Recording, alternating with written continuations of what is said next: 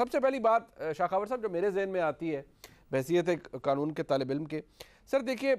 जो अगर मैं मोअज़्ज़ज़ जज साहिबान की जो रिमार्क्स हैं, ऑल्दो कहा जाता है कि वो कई दफ़ा वो सवाल होते हैं और वो डिफ्लेक्ट नहीं कर रहे होते कि जजेस से कि जजेस का माइंडसेट क्या है, लेकिन सबसे बड़ा सवाल जो आर्ग्यूमेंट है दोनों साइड का वो मैं आपको बता देता हूँ। वो यही पाकिस्तान तहरीक इंसाफ ये कहती है कि जी जो सुप्रीम कोर्ट की जजमेंट है 63A के हवाले से उसका इतलाक़ माजी से होता है, और वो जब मुनर्रिफ अरकान फ़ारग हो गए तो हमज़ा शहबाज शरीफ साहब के पास अब वो नंबर मेजॉरिटी नहीं रही, जो कि एक फैक्चुअल बात है। ठीक है, वो 186 का नंबर तो उनके पास नहीं रहा जो होना चाहिए था, 197 वोट उन्हें पड़े थे।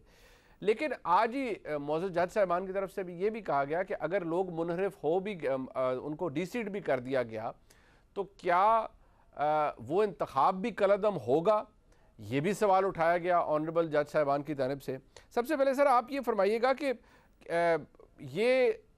अंडरस्टैंड कर लिया जाता है, आर वी टू अज्यूम कि जी ऑनरेबल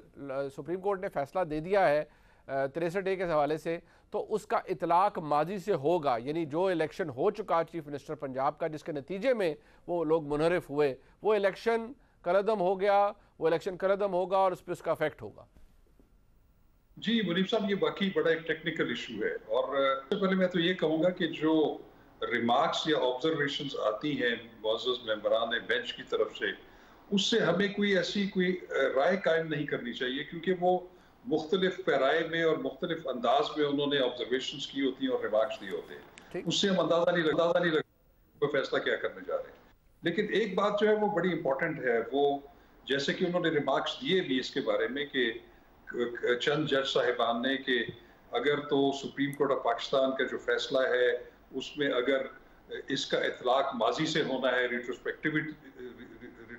इफेक्ट होना है, तो उसका उस जजमेंट में जिक्र होना चाहिए था। तो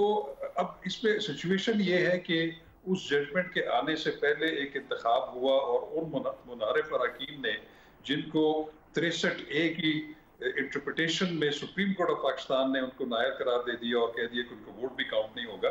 तो उस सूरत में एक सिचुएशन तो एक अराइज हो रही है। अब देखना यह है कि कोई भी एक पहला काम हो चुका है और उसके बाद एक सुपीरियर कोर्ट की जजमेंट आ गई जैसे सुप्रीम कोर्ट ऑफ पाकिस्तान की है, तो उसका रिट्रोस्पेक्टिव इफेक्ट तब होता है कि वो किसी के फायदे के लिए हो। अगर वो किसी के नुकसान या डिसएडवांटेज के लिए है तो उसमें जो एक सब्जेक्ट है पूरा एक लॉ का, interpretation of statute and laws का, उसमें यही प्रिंसिपल होता है कि अगर वो किसी के डिसएडवांटेज में है उसका तो प्रोस्पेक्टिव इफेक्ट होगा, जजमेंट आने के बाद वो पीछे से नहीं होगा। लेकिन बहरहाल वो तो अभी एक 5 रुकनी बेंच है, उन्होंने उसकी इंटरप्रिटेशन करनी है इस बारे में। लेकिन एक चीज जरूर है कि अगर ये जो वो मुनहरिफ अरकान हैं उनको भी अगर निकाल दिया जाए और अभी जो 5 गालबन जो मखसूस नशिस्तें हैं जो बाद में जो हाई कोर्ट ने भी कहा है कि इलेक्शन कमीशन के कि वो भी नोटिफाई करें, अगर उनको जमा करके वो जो एक्चुअल तादाद है जिसमें हमजा शहबाज ने वोट लिए थे, अगर उनको मिनहा करने के बाद उनकी तादाद कम हो जाती है टोटल मेजॉरिटी से, फिर तो ये एक चीज में आती है कि वो मेजॉरिटी ऑफ द हाउस जो है वो कमांड नहीं कर रहे। तो ऐसी सूरत में फिर ये होता है कि आइन में ये लिखा हुआ है कि गवर्नर जो है वो फिर चीफ मिनिस्टर को कहते हैं कि आप वोट ऑफ कॉन्फिडेंस लें। अगर वो वोट ऑफ कॉन्फिडेंस ना ले सके तो फिर जाहिर है फिर तो असेंबली तहलील हो जाती है, फिर तो नया इलेक्शन होता है। तो अब ये एक बड़ा ट्रिकी सा इशू है कि अब इसका ये भी देखना है कि अगर सुप्रीम कोर्ट की जजमेंट का अगर रिट्रोस्पेक्टिव इफेक्ट हो जाए फिर तो जाहिर है कि इस हुकूमत के लिए बहुत ज्यादा खतरा है। ठीक, अच्छा एक बात जो कि जहन में है कि 2 ऑप्शन नज़र आती है सर, एक ये कि या ऑनरेबल लाहौर हाई कोर्ट इस हवाले से क्योंकि एक फ़ैसला ये भी आ सकता है मुतवक्का तौर पे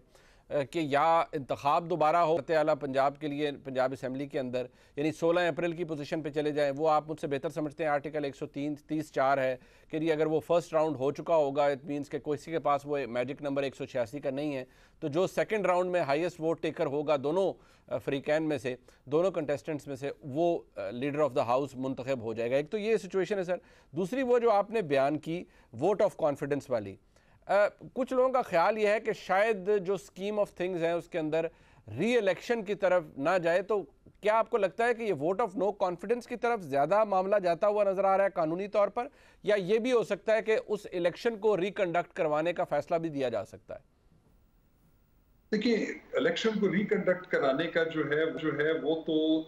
आइन में जो लिखा हुआ है, तो दो ही तरीके, एक तो उसकी टर्म खत्म हो जाए, दूसरा ये है कि अगर वो वोट ऑफ कॉन्फिडेंस ना ले सके, तीसरा है कि वो वोट ऑफ नो कॉन्फिडेंस उनके खिलाफ हो जाए, और दूसरी ये है कि अगर वो मेजॉरिटी कमांड नहीं करते तो फिर गवर्नर उनको वोट ऑफ कॉन्फिडेंस के लिए कहेंगे अगर वो नहीं ले सके,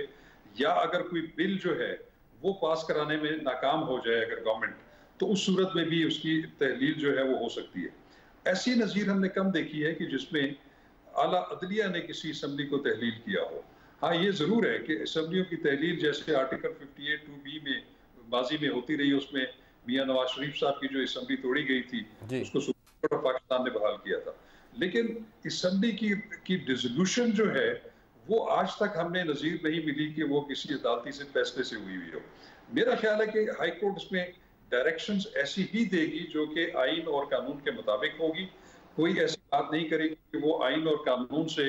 वो डेविएट करें या उससे हट के कोई फैसला करें। उसकी वजह ये है कि आपको भी पता है कि आर्टिकल 175 सब आर्टिकल 2 जो है आईन पाकिस्तान का, वो ये कहता है कि हाई कोर्ट्स और सुप्रीम कोर्ट्स वो ज्यूरिस्डिक्शन अज्यूम करेगी और वो फैसले करेंगी कि जिनका उनको आइन और कानून इजाजत देता है उससे बाहर रह के नहीं करेगी। तो मेरा ख्याल है कि जो लार्जर बेंच है लाहौर हाई कोर्ट का, इसमें बड़े सीजन किस्म के जजेस हैं जो कि आइन और कानून को समझते हैं, वो एक ऐसा बैलेंस फैसला देंगे कि जिससे मेरा ख्याल है कि कोई एडवेंचर क्रिएट नहीं होगा और वो आइन और कानून के मुताबिक होगा। बहुत शुक्रिया